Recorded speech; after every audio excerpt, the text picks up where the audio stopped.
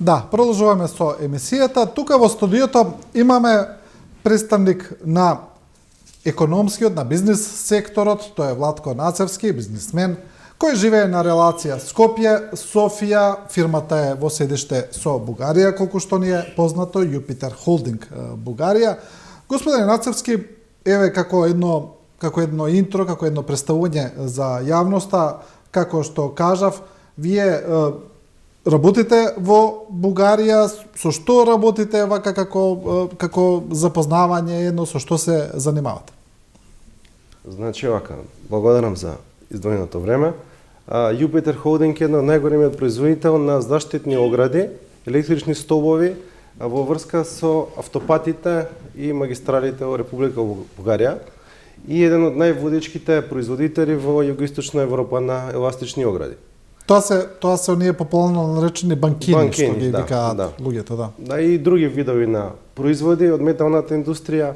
Има најголемата када за поцинкување на Балканот, 13 метра, има 2 такви кади и 5 заводи фабрики во Бугарија. Фабриката е присутна и долго време во македонскиот пазар, но последните години имаме, затоа се сакам да го потенцирам, односите влијаат во продажбите на фабриката во Република Македонија. Да, тоа е интересно дека влијаат, затоа ќе зборуваме тоа меѓу останатото и целта на емисијата.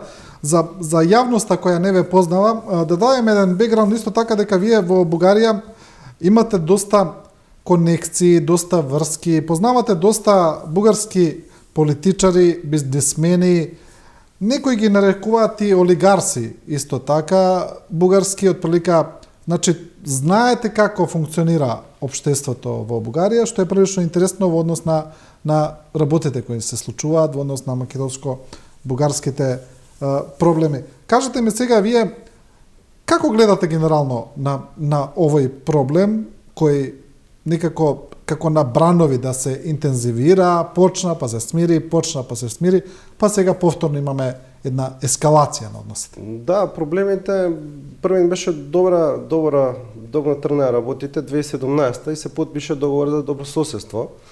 Не бевме запознаени со содржината на договорите, мислевме дека ќе бидат работите мет и млеко и ќе се трне во саган правец на развој на економија, бизнисот, инфраструктурата, реализација на коридор 8 од Бургас, Варна, Скопје, Дурес, Албанија, транснационален коридор, многу важен од геостратегиски и економски причини, но денаш почна дојдаа некои несакани моменти. 2019 опомена од бугарската страна дека некои работи не се реализирани, додека од 2020 дојде блокадата за ЕУ од Република Бугарија и подоцна дојде и францускиот предлог за решавање на проблемот меѓу двете држави.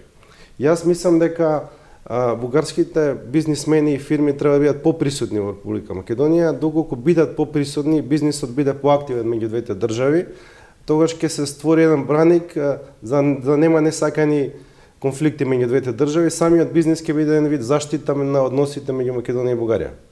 Но бизнисот не е присутен и тие економски релации помеѓу Македонија и Бугарија не се силни, ајде може да кажеме. И ако не биле силни во минатото, и тоа е прилично индикативно, ајде да речеме, бидејќи Македонија има добри силни релации со Србија, што е разбирливо, биле дел од заедничка држава, заеднички систем, но подоцна имаме и еден наплив на инвестиции од соседна Грција, и тоа среде конфликтот со Грција за време на конфликтот, на недоразбирање, на спорот, ајде да речеме, со Грција. Со Албанија не толку, бидејќи и Албанија не е некоја премногу развиена економски држава за да може да инвестира, но Бугарија е веќе и членка на Европската унија, поголема држава од Македонија е, поголеми капацитети има во секој поглед, но се уште тие инвестиции, таа една посилна економска соработка изостанува. Дали е само политиката проблем или има и други фактори? Најверојатно ќе треба Македонија да направи геостратегички ресет, да видиме кај ќе ни биде таргетот, дали ќе ни биде таргетот да влеземе во ЕУ или ќе ни биде таргетот да влеземе во Open Balkan, тоест веќе сме во Open Balkan и ќе останеме таму. Доколку Македонија се фокусира и таргетот да биде да влезе во Европска унија, кај што ќе дојде до пристап европските фондови, многу прекогранични соработки, проекти, ИПА, 2 програми, секакви еврофинансии кои ќе влезат во Македонија, ќе дојдат пари и за коридорот 8, да не биде само возот да биде 50 км на час, него да се изградат некои супер брзи пруги на коридор 8, кај што можеме ја и вие да се качиме на воз и да стигнеме во Софија за 1 час. И секој од таму некој туриста дое во Скопје, се напие кафе, руча и се врати истиот ден. Значи таргетот на Македонија треба да биде економска експанзија, прилив од секаде инвеститори, не мора да и од Бугарија, од било каде да дојдат, да направиме клима кај што ќе ги стабилизираме мултиетничките проблеми и односи, како и да ги стабилизираме односите со сите соседи за да направиме една убава бизнес клима. Значи ние требаше убаво тргна со CNN рекламите. Јас пошто живеев цело време надвор, бев многу задоволен кога ќе видам Република Македонија на CNN, Invest in Macedonia. Но за жал тоа подеднаш некако запре, тие економските зони изгубија на популарност и мислам дека инвестициите се намалија. Треба власта која е во моментов да се активира повеќе и да привлече што поголем број на инвеститори. Значи колку повеќе капитал имаш во државата, толку стабилноста е поголема, на било каков план. Добро, за тие економски зони имаше доста критики во минатото за прецес за субвенциите кои се даваат на тие инвеститори, но сега гледаме дека и сегашната власт често се фали со некоја нова инвестиција во тие исти економски зони. Значи вие мислите дека слободните економски зони како проект дека се добар проект? Мислам дека се одличен проект, бидејќи на тој начин добиваш странски фирми во Македонија и се присутни. Без разлика на инвестициите кои им се даваат? Па не сум запознаен какви бенефиции добиваат, но ја мислам дека тие доаѓаат бидејќи има ефтина работна сила и повластени стапки во зоната. Добро, врска со доначувањето. Но бенефитот за државата дали е добар? Бенефитот е вработувањето на луѓето и сигурно имиџот на државата. Сега можеби договорите што ги добиваат не се правилни, може да се сменат, но било каков да се најде модул кај што ќе одговара и за државата и за фирмите. А секако би било одлично да доаѓаат што повеќе мултинационални компании. Да, добро, да се вратиме на македонско-бугарските односи. Повторно ќе ве прашам, зошто мислите дека таа не е само бизнес, туку и инфраструктурна конекција, па и културолошка конекција со соседна Бугарија, бидејќи ние гледаме, да речеме, српски филмови, албанска музика, српска музика, но никако бугарска, некако. Зошто таа инфраструктурна бизнес конекција, културолошка конекција со Бугарија не функционира? Не само сега зборуваме за проблемиве каде што сега е разбирливо зашто не функционира, туку и претходно во децениите пред тоа. Јас мислам дека добро, разбирливо е, Македонија била дел од СФРЈ во Југославија и нормално односите да бидат поблиски со Србија, но со тек на време доаѓа независна држава кај што секоја држава си прави на кој правец одбира да оди. По врска со коридорот 8 можам да кажам дека е запоставен, поготово делот од Страцин до Паланка многу бавно темпо се работи. Од Куманова до Страцин може ја немате таа информација, Хидрострој заедно со градежната компанија Ескаваторија го завршија тој дел, но од Страцин до бугарската граница е многу бавно темпо. Значи ја го поминувам тој пат нон-стоп, има по еден двајца копаат, некаков багер, некаква италијанска фирма, па не била италијанска, па некоја македонска, не сум запознаен, но темпото на работа е многу споро. Можам да кажам, компарација на еден проект во Бугарија, од Банско до Симитли, 40 км се реконструираат пред зимна сезона, за 2 месеци комплетна промена на асфалт, со се банкини, со се цели дренажи и патот функционира за туристите. Значи, тоа е таа Европска унија, значи брзината и динамичниот план на работа. Во Македонија треба многу да научиме, а таа соработка не мора да биде и преку филмови. Самите бугарски фирми со машините кои ги поседуваат, искуството, инженери, техничари, бизнес консултанти, консултанти на проект, надзорни инженери, да направат некој вид на соработка меѓу нив, за да тоа искуство и материјали што ги применуваат таму да се применат и во Македонија. Но не само да се применат и да трае тоа процес од 20 години, него да се направат одредени краткорочни динамички планови, кај што фирмите мора да го завршат тоа, а не да се пролонгира до вечност. Добро, вие бидејќи сте во тој бизнес, ајде да речеме, имаме слична состојба и со автопатот Кичево-Охрид. Значи, тој автопат знаеме до која фаза беше при промена на власта и сега цело време имаме некакво поставување на нови рокови, пробивање на постојните рокови, до кога тој треба да биде завршен, а како што вие велите за коридорот 8 кој се гради кон Бугарија, исто и за овој автопат, луѓето кои поминуваат секојдневно, тамо ќе видат еден-двајца работници, еден-двајца багери кои нешто работат, но на терен состојбата не се менува. Зошто е тој застој? Зошто не може држава да ги заврши тие инфраструктурни проекти? Треба да се види кој е одговорен таму и да се носи некаква одговорност. Додека не се сноси одговорност, тоа ќе биде така. Најверојатно се прави екстеншн на состојбата, се пролонгира, се дополнуваат некакви анекси и најверојатно сите губиме, бидејќи јас сакам да стигнам од точка А до точка Б најкраток можен рок. Доколку проектот не е добар, окей, има корекција на проект или нова траса. Или супер брза, со одредени кратки рокови, и тој што ќе добие таа тендерска постапка нема да биде кој дал најниска цена, кој ќе го направи најквалитетно и кој ќе го направи најбрз временски рок. Тоест, првата цена, најевтината, треба секогаш да се отфрли и најскапата цена. Увек треба да бидат тие што се во средина, даваат најреална цена и понуда за изработка. Но кај нас самиот систем на јавни набавки е погрешен, треба од степен да се смени све, еден голем ресет, како и некои се носат некакви правилници на јавното предпријатие кои се локални, некој професор отишол, направил некој извадок од некакво техничко упатство, пишал некаков норматив 1317, N норматив, што после тоа го крстил МКС стандард и пречи на бугарски огради од Jupiter Holding кој ги продава во Романија, во Кипар, во Италија, во Германија, со германски сертификати, пречи да се продаваат во Република Македонија. И после тоа како таа фирма не прати допис до амбасадата, после амбасадата информира ОЛАФ или некаква друга институција и прави штета на самата Република Македонија со тоа. Тоа сега зборувате за конкретно за вашите огради? За конкретно за Значи имате сега проблем да ги продавате во Македонија? Имаме голем проблем, значи Jupiter продава голем. А сте продавале претходно? Сте продавале, да, значи од Скопје до српска граница се правени од Jupiter Holding. И последно време некои искористува тензијата меѓу Македонија и Бугарија да се стопираат тие бугарски производи. И ги искористува, еве, добро, окей, ние сме лоши односи, не земајте бугарски продукти, земете од соседството, најчесто од Србија. И фактички некој злоупотребува таа ситуација во бизнис цели, тоа не води никаде, не води добро на никој. Добро, и што сега понатаму? Вие планирате некаква постапка, нешто да се жалите негде? Не, нешто да... Jupiter има доволно работа во Бугарија и во други пазари, не мора Македонија. Добро. Идејата е како Македонија да се подобрат работите на позитивна. Тоа е целата работа. Доколку државата мисли дека треба да ги заштити странските компании да работат, треба да направи тоа. Бидејќи дипломатијата е таа која што треба да издействува нешто што другите институции молчат. Во однос на коридорот 8. Коридорот 8, вие велите дека не се гради, тоа е така навистина, тоа го гледаат сите и има проблем.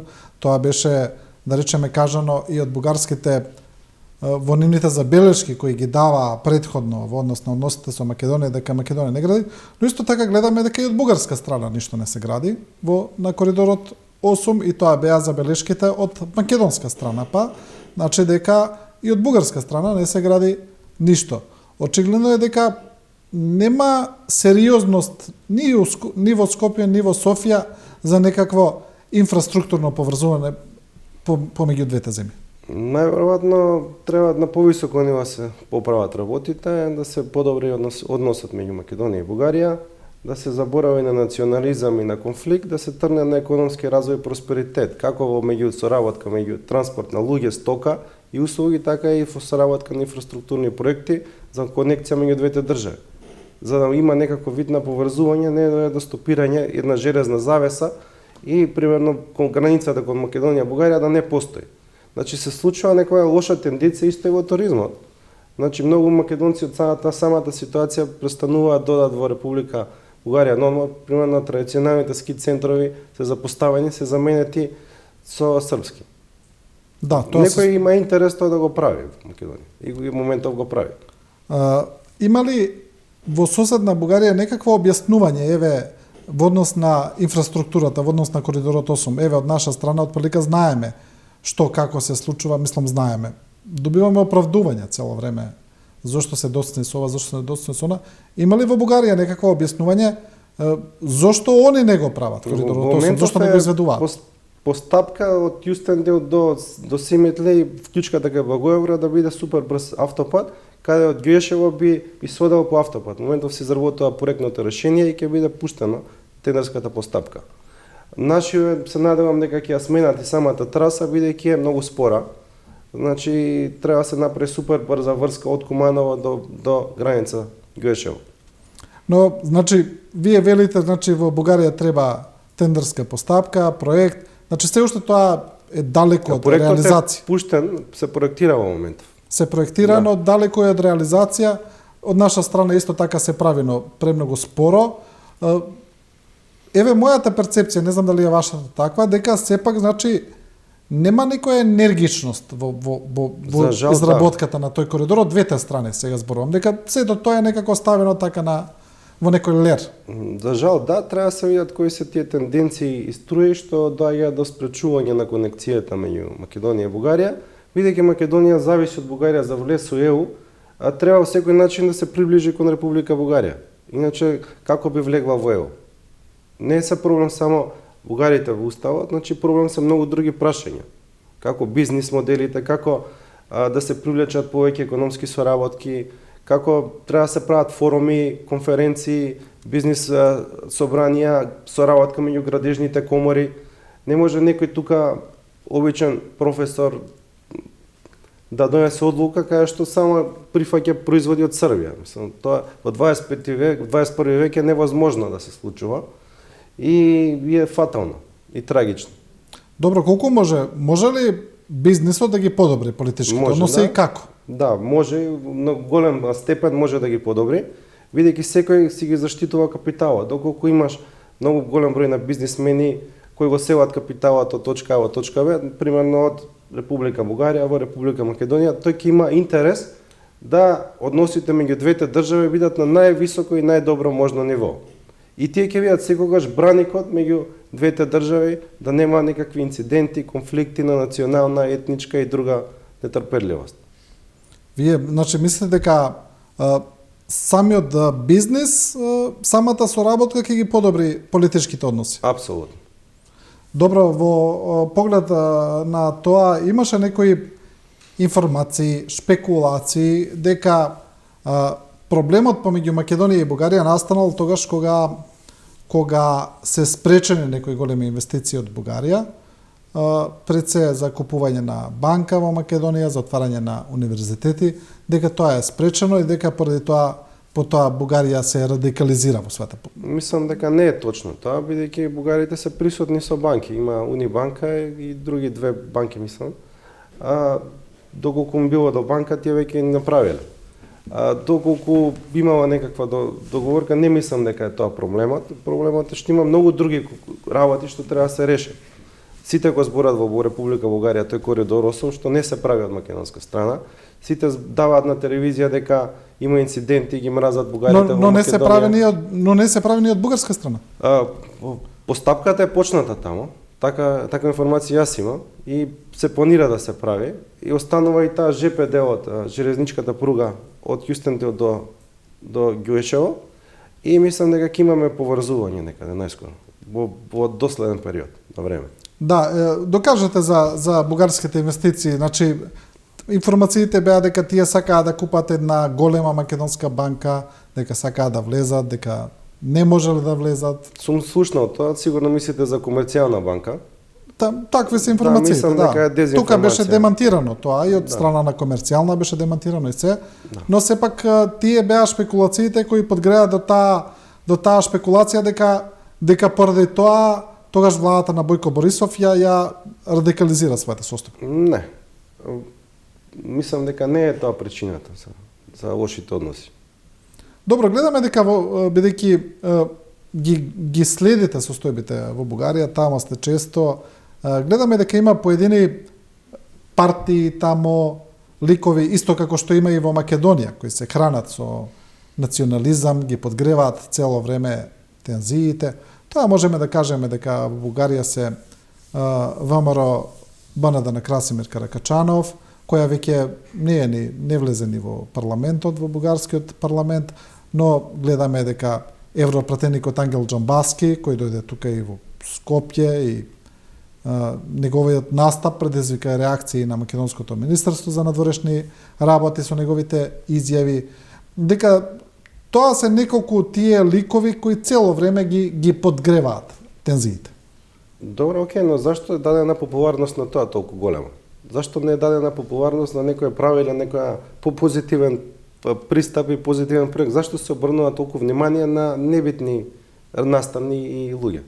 Значи, побитно е да биде енергетско поврзување меѓу двете држави, прекогранична соработка, прекогранични проекти, инфраструктурно поврзување, економска соработка на фирмите, еден вик на економска хармонија, да не биде цело време негативно нешто. Зашто цело време удар на вест на сите медиуми е некој човек од Бугарија дошол тука, напишал нешто и небитна работа за мене. Побитно е геостратегиските економски политики и да се забораваат на некои ниски удари и ниски политики, што се небитни за подобриот живот меѓу луѓето, меѓу нас. Наш ќе ни направи подобар живот само ако имаме подобра конекција и подобар животен стандард. А не некој ако кажал нешто, напишал нешто, увек ќе имате некои провокатори од било која страна. За пари денешно време секој прави, може да направи се што. Да, но за жал тие пораки кои се испраќаат, кои се така, да речеме, екстремистички, националистички, секогаш најмногу предизвикуваат емоции во јавноста и потоа тие се пренесуваат понатаму, како што вие велите, позитивните примери не. Но каков е одекот, еве да речеме, во Бугарија за тие партии и ликови? Колку тие имаат во Бугарија популарност, колку тие имаат во Бугарија поддршка, како нив ги перцепира бугарската јавност? Бугарија, ако отидете сега во моментов, било каде, никој нема да ви каже ништо лошо, ниту ќе ве навреди со нешто. Ниту па некој ќе ви каже дека вие сте ваков, таков или некаков проблем. Значи, најнормално, никој не се замара со односите. Едноставно, народот е меѓу двете држави е окей. Проблемот треба да се реши на политичко ниво. Во моментов има избори во Бугарија, има фаворити меѓу две групи на партии, ќе се види во април месец резултатот каков ќе биде. Најверојатно ќе се оди на проевропска Бугарија и ќе видиме каков ќе биде односот кон Македонија. Мислам дека ќе се оди на тоа да инвестиционата активност и економската соработка го навладеат национализмот и нешто што не води добро на двете држави. Да, но интересно е што тие партии како ВМРО на Каракачанов, за која што кажав не лезе во парламентот, тие партии кои целата своја активност ја базираа врз Македонија и македонското прашање, не добија голема поддршка во јавноста, па еве да речеме има таков народ кој блесна одеднаш, израсна, кој имаше многу тврд став кон, да речеме, кон македонското прашање, полека и неговата звезда исчезна. Значи, тука во Македонија перцепцијата е дека цела Бугарија е мобилизирана против Македонија, дека само тоа се зборува, но кога ќе видиме дека партиите кои најмногу го актуализираат тоа прашање, добија најмала поддршка во парламентот. Нормално. Интересен феномен. Нормално, луѓето ги интересира како ќе си ги платат сметките за месецот, кај ќе одат на викенд, што ќе си купат од некој шопинг мол, некакво патување, екскурзија, дали на некој остров, дали зимска екскурзија. Никој не се замара со некаква историја од пред 20, 50, 100 години, со некакви историски личности што се и тамо и тука присутни. Македонија и Бугарија имаат различни истории и секогаш ќе имаат различни истории. Толкувањата се различни. Македонија направи грешка со што влезе во преговори за историја, бидејќи архивите ги знам јас во Софија се многу спремни со документи. Ако вземете анализа, сите херои на ВМРО учеле се школувале во Софија. Сигурно потпишувале секакви документи таму. И како ќе влезеш во спор за нешто што од старт го губиш мечот. Значи, не требало да се уопште да се преговара или разговара за некоја историја, бидејќи таа историја не носи во иднината. Ние треба да гледаме иднината, не минатото. Значи, минатото може само да не раздели, испокара, да ги направи економските односи лоши и едноставно конекцијата меѓу двете држави да дојде до несакани текови.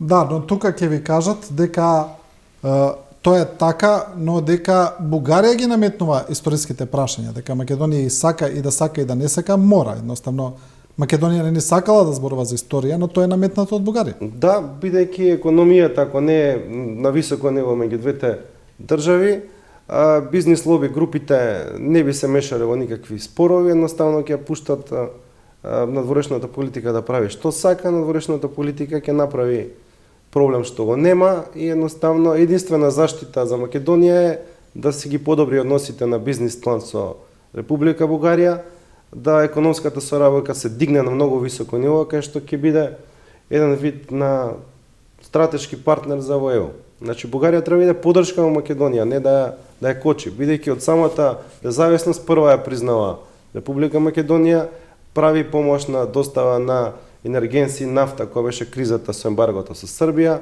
праќава многу помош со млеко и други некои ситуации, и одеднаш од најголем пријател се случува да станува најголем непријател. И треба да се запрашаме зашто е тоа така. Дали некои бизнисмени или групи од соседството имаат интерес тоа да се случува? Или Македонија да не оди во ЕУ, да влезе во некоја друга организација која што не е глобална, која е локална и ќе си останеме локално развиени. Да, тука вие го спомнавте веќе Open Balkan, веројатно мислите на тоа.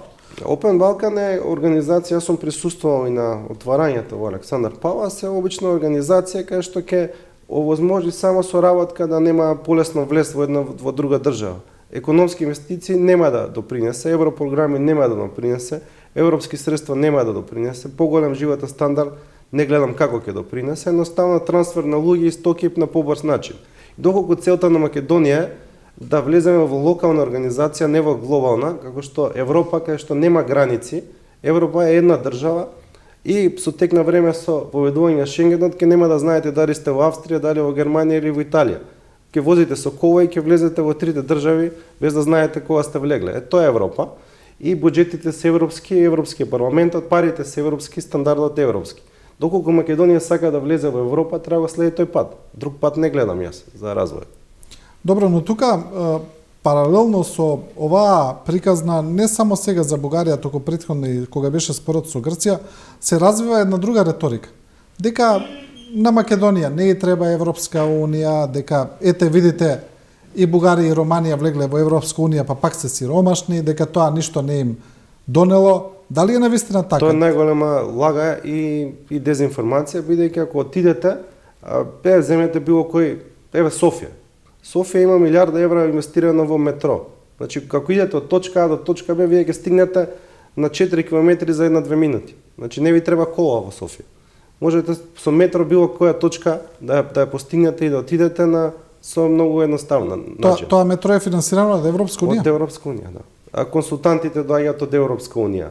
Фирми европски соработуваат со локални фирми од Бугарија. Бугарија е многу умна и стратегички ориентирана, што локалните фирми им даде голема поддршка да влезат во супер големи инфраструктурни проекти. Ние наместо да учиме од нив, ние правиме една железна завеса, ги бркаме и се учиме градежници и се експериментираме со проектите, затоа ни се случуваат проекти кај што имаме, не сме ги решили експроприациите до ден и денес, примерно го спомнавте Кичево Охрид, таму најголем проблем е експроприација на земјата. Бавни процеси, земјата е полуприватна, од старт требало да се направи тоа и мислам дека проектната документација требало да се избере најбрзата рута, а не најсложената и најкомплицираната. Мислам дека за тоа кај нас проблемот од тие јавни набавки во Македонија сум ги анализирал, се штеди на проектирање. Се прават многу ефтини, супер ефтини проектирања и кога ќе дојде до реализација на проектот, буџетите се многу мали, се прават грешки и на крај го плаќа тој што ќе гри инвеститорот. Се плаќаат страшни грешки во реализација и тогаш кост-бенефит анализата е катастрофална. Значи, наместо да гледаме да се ориентираме нешто добро да земе од секоја држава и да го примени во Македонија, ние се штитиме, се плашиме од некој да не дојде да не го земе пазарот. Тоа е супер грешка. Доколку македонската фирма е добра твоја, без разлика која градежна, проектантска, ти нема да се плашиш од конкуренција, ти ќе се радуваш да има конкуренција за да може да влезеш и ти да работиш некогаш на странски пазар. Да се вратиме повторно на бенефитите од Европската унија. Дали навистина, го спомнавте метрото, дали навистина Бугарија ќе беше истата држава денес доколку не беше членка на ЕУ? Значи не зборуваме само, зборуваме за туризам, за развој на туризам, за хотелите, за капацитетите, за целокупниот развој на земјата. Бидејќи повторно ќе кажам, тука владее перцепција дека Бугарија и Романија, да речеме, најчесто се спомнуваат тие две земји, ништо не добиле со тоа што влегле во евро. Стандардот, мислам дека како што расте инфлационата стапка, според економски показатели, ги анализирав дека платата се качува на поголема стапка, повеќе расте него инфлацијата на цените. Тоа значи дека државата напредува многу. Значи, мислам дека во Бугарија никој нема да работи под 1000 евра, најминималните луѓе. А додека тие што се менаџерите, топ менаџерите, ако ви кажам за кој плати работат, ќе се изненадите. Значи, тоа Европска унија го прави, не го прави Бугарија, доколку не вредеше во Европска унија. Хотелите немаше да бидат резорти, ќе беа мали семејни хотели, автопатите немаше да бидат автопати, ќе беа локални патишта, ќе се останеа со некаков патриотизам и ќе останеа со празни џебови. Значи, на Балканот сите сме империи, Македонска империја, Српска, Бугарска, Грчка, но треба да гледаме економскиот дел, да ги оставиме тие империи во минатото. А да не зборуваме за бројот на бугари кои работат во Европската унија, каде што се европски граѓани. Значи, со европски пасош одите во било која сакате европска држава, не ви треба ништо, нити дозвола, нити работна дозвола, ништо, едноставно одите, живеете каде сакате. Да, и патувањето е без никаков проблем, со лична карта. Да. Има исто така, Скопје можеше да се направи да се изработи една метростаница. Бидејќи тука гледам има многу големо загадување на воздухот, зашто не се направеше од Лисиче до центар една метростаница? Не мораше да биде под земја, бидејќи трусно подрачје, можеше метрото да биде над земја. Зашто да се врзува со некакви улици, можеше покрај Вардар да направи некаков проект да се изфинансира од дел. Значи во Македонија фалат иновативни решенија, треба да дојдат голем број на економски консултанти, поглед на инфраструктурата и нешто да се направи за граѓаните.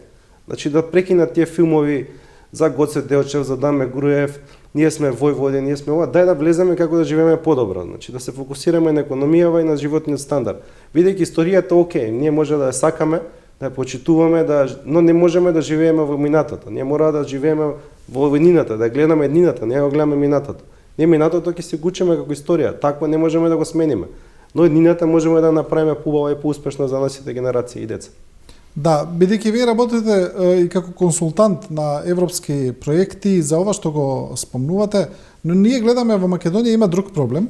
Има недоволна реализација на европските проекти, тоа барем го покажуваат сите досегашни извештаи. Значи Европската унија и тие фондови кои ги зимаме, кои не се разбира како во Бугарија, но сепак не се ни мали, не тие кои ги имаме на располагање не ги користиме. Да, зошто е тоа така? Бидејќи нашите продукти се од Европска унија, некој надзорник кажал, да, тие се бугарски, батарии ги неквалитетни, се ако имаат евросертификати, ако се од Европска унија, од Србија биле подобри, кои не се од Европска унија, имале некаков документ. Мислам, зашто зборуваме тука? Истото се случува во европрограмите. Ние немаме капацитетни луѓе да спремат тендерски постапки, немаме капацитетни луѓе да усвојат европрограми, немаме визионери, бидејќи за да промениш нешто во општеството треба да си доволно способен, начитан, прошетан, едукативно образован, со искуство, да знаеш што сакаш. Во Македонија треба да знаеме што сакаме. Бидејќи долго време го губиме времето на празни приказки, на некакви проекти што ги се случат наредни 20 години, но никој не прави динамички план и каже тој проект ќе биде завршен најкраток временски период. Никој не води сметка за просперитетот на државата. Секој тргнува во некаков личен или еднодневен интерес или одредено никој не го гледа долгорочно. Тоа и со некаква стратегија. Да, добро, освен што немаме капацитет за изготвување на тие европски проекти, има ли друга причина зашто не се спроведуваат? Бидејќи јас навистина не знам, ако Европска унија ти дава пари за нешто, а ти не ги зимаш тие пари, навистина е чудно. Еве, например, последен е случајот со пречистителната станица во Скопје. Значи, еден огромен проект, 136 милиони евра тежок и едноставно не се спроведува. Сега политички препекувања, вие сте виновни, оние се виновни, не знам што, обезбедено финансирање, обезбедени пари и не се прави. Мислам дека тој проект започнува многу порано, проблемот од 2005 2015 година, кога имаше тендер за колектор, имаше грант од Европска унија, грант е безповратна помош од 13 милиона евра. На тие 13 милиона евра учествуваше фирма од Бугарија, Райкомерц, која даде понуда од 13 милиона евра, близко до грантот. Тоа значи некој ти дава буџет за квалитетно да го изработиш проектот. Евалуацијната комисија избира фирма, мислам, 9-10 милиона евра, каде што материјалот само е 6-7 милиона евра, мислам беа цевки од Хобаст. Некаква француско-македонска компанија, и таа со тој буџет, ја кога го видов буџетот, сватив дека ова е невозможно Mission Impossible да се реализира. И мислам таа евалуациона комисија направила грешка што избрала таа понудата, но не таа виновна, самите критериуми во тендерот е најниска цена. Значи треба самите тие технички критериуми да се направат, да се променат, да нема такви грешки во проектите. Бидејќи реализацијата ќе биде катастрофална. Тоа исто некој да ви даде да купите Мерцедес кола од Европа без пари, ви да еве возниот парк да ви биде Мерцедес и вие кажете не Мерцедес не ми треба, ќе возам некоја подолна Дачија. И да бидете среќни со тоа. Тоа се случува во Македонија, за жал, мислам дека тој проблем со колекторот исто така со пречистителната е проблем таа тендерска документација, бидејќи условите беа направени само за 2 фирми во свет да ги исполнат, што не потребно е направено така. И условите беа толку ригорозни што мислите дека некој услови ќе треба да работиш на Марс, не во град Скопје. Добро, тоа дали ова што го кажувате, еве, но имаме примери од други тендери, од други тендерски постапки, на некој начин кога тендерската постапка се штелува, ајде да речеме, за да добие некоја однапред договорена фирма, а за на крај да се излезе спред законот. Па, поглед на конфликтот што дојде, што грешка во тендерска не е виновен ни градоначалник, значи, да не ме разбирате, не зборуваме сега конкретно само за овој проект, но зборувам за една генерална појава кај нас во Македонија. За сите тендери, за сите постапки, како да не се повторува цело време таа појава. Доколку секогаш ќе ни биде тенденција тендерите да ги добиваат најевтините фирми, секогаш ќе се случуваат глупости. Значи не може фирма најевтина да изработи најквалитетно. Значи треба да има меѓу цена и квалитет некаде средна димензија, тоест во средина. Треба да ги добиваат фирми што ќе дадат реални понуди, а не нереални, и после тоа да се случуваат глупости во проектите. Да, и за крај уште едно прашање, тоа не го допревме, освен сите овие начини на подобрување на односите со Бугарија преку економија, преку бизнис, многу малку се зборува за соработка во спортот. Треба ли таму да се интензивира соработката на тоа поле? Да, мислам дека треба да има балкански лиги, може од соседството, примерно фудбалот е на катастрофална ситуација. Вие сте биле некогаш скоро време на такмица? Па не сум бил, бидејќи не би одел, да ви кажам, не би однел семејство на стадион каде што слушам некакви националистички или погрдни скандирања, каде што е небезбедно за моето семејство, не би отишол таму, едноставно тие причини. Да, исто и ја не сум бил во Македонија, така да ако има балканска лига, во Европска унија би отишол веројатно на стадион, да. Во Германија, во Италија би отишол. Јас одам на Манчестер за наредна недела. Во Британија, да. Вака сега, доколку биде променета ситуацијата и доколку било општа некоја лига, балканска лига, доколку игра Левски со Вардар, би било интересен меч. Доколку нема национализам, мрзење, доколку има нормален стадион со нормална храна внатре или услуга со сокови, атмосферата нормално би отишол претходно гледам Левски со Вардар или Вардар со Црвена звезда Партизан или со Панатинаикос од Грчка или со некој тим од Албанија, Косово, некоја балканска лига локална, кај што би било поинтересно. Зашто би гледал примерно Шкендија или некој не знам кој македонски Напредок или некој друг. Сам неинтересно, така? Да. Добро, Владко Нацевски, бизнисмен, ви благодарам на гостувањето. Значи целта ни беше да пратиме позитивни пораки конечно за работите со Бугарија да се придвижат во подобра насока. Благодарам за времето. Ова беше уште едно Студио 10, почитувани гледачи, ви благодариме на вниманието и довербата. Останете со програмата на Телевизија 24.